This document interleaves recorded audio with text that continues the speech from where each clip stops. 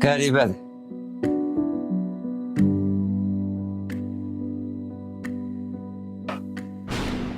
Bir piyada bütün bir oyunun gedişatını dəyişə bilir. Həyat da belə də olun. Şahmata çox bənzəyir. Hər fiqurun öz mövqeyi var. Hər gedişin bir məqsədi. Gah nələrdənsə müdafiə olunuruq, gah nələrdənsə qorunuruq, gah nələrsə qurban veririk. Hərdən çətin vəziyyətlərdən çıxmağa yol axtarırıq. Hərdən cəsarətlə irəliləyirik də. Axı həyat özü də bir oyundur. Çətinliklər də ki qaçılmazdı. Amma yadında saxla.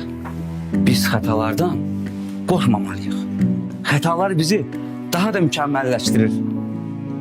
Biz səhvlərdən dərs çıxardıq. Daha da güclü olmalıyıq. Bir də heç vaxt unutma. Həyat məktəbinin dərsləri arasında heç vaxt tənəffüs olmur. Şah mat.